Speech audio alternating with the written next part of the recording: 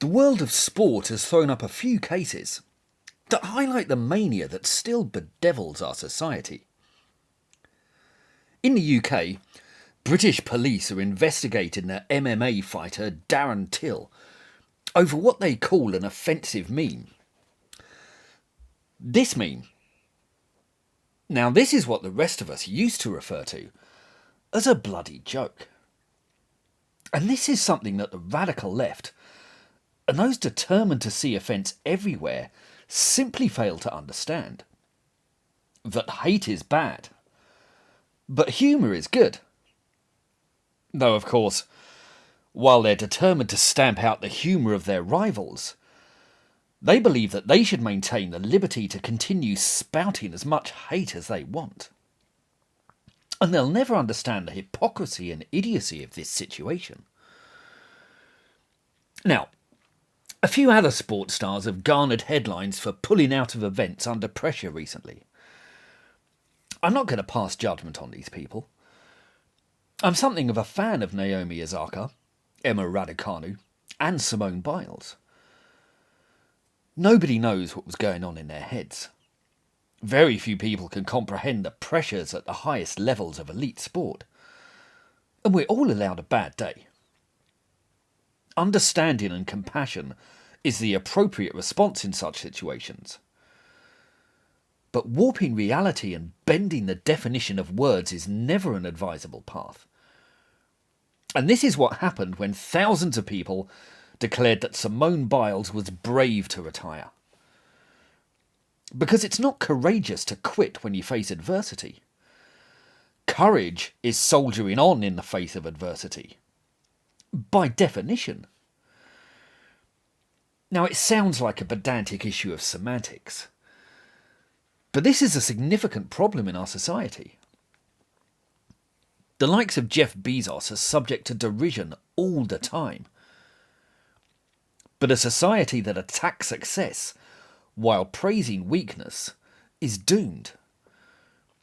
And it's become fashionable in the West for people to cast themselves as a victim rather than as a victor.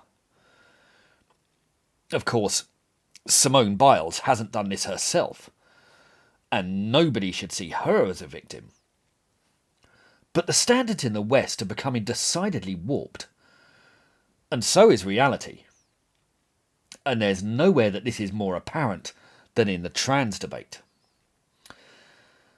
One of the big stories of the Olympics was Laurel Hubbard, the New Zealand athlete who was given a free pass to compete in the women's weightlifting competition, despite being born as a man.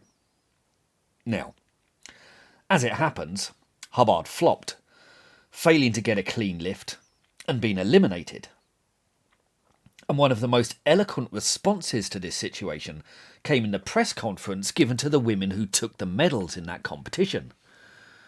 Because, remarkably, in their moment of triumph, one of the journalists decided that the story wasn't about them. It was about the competitor with the X and Y chromosomes who had gatecrashed their sport.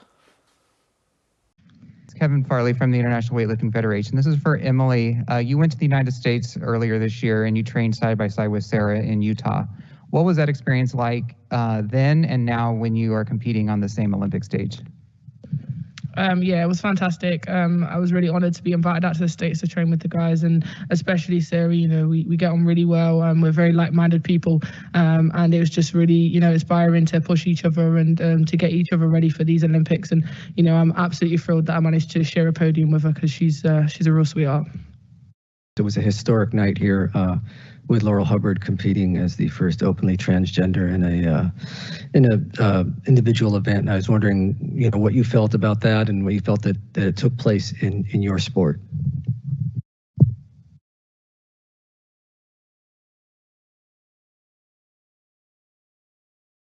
No, thank you. The message here was clear. Given a cue to gush in the ideologically prescribed manner, these heroines gave the most polite fuck you I have ever heard. And even Twitter, that notorious engine for the enforcement of identity politics dogma, came out in support of them. Thousands found the courage to voice their own feelings at last, standing up to the insanity that's been increasingly denying women opportunities. Because the radical lobby has consistently failed to understand that it's possible to have no ill feelings towards trans people at all, to have compassion and support for their position, but to still seek a compromise that protects the rights of women.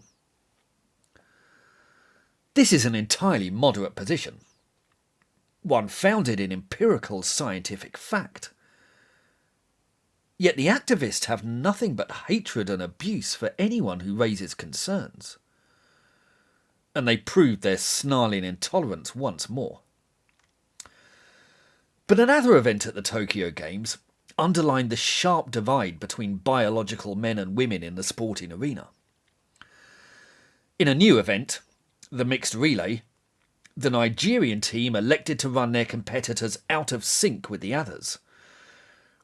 In the final 2 legs, they placed a male athlete against the female competitors, and a woman against the men.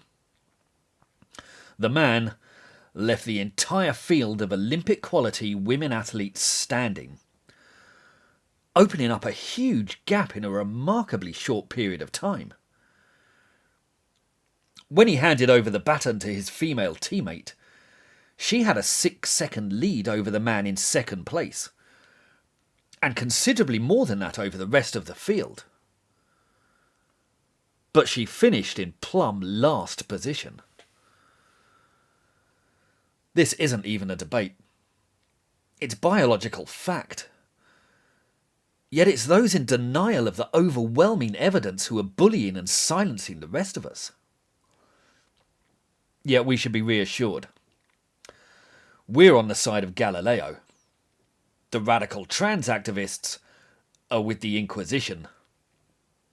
The facts are against them, and they have nothing but censorious hatred to fall back on. But reality is as clear as the gap in that relay.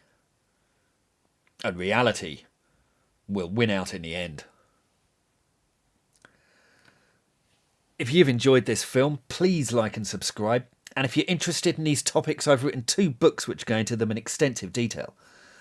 They're called The Tyranny of the Left, and they're available on the links below. Please feel free to pick them up and let me know what you think. Thank you.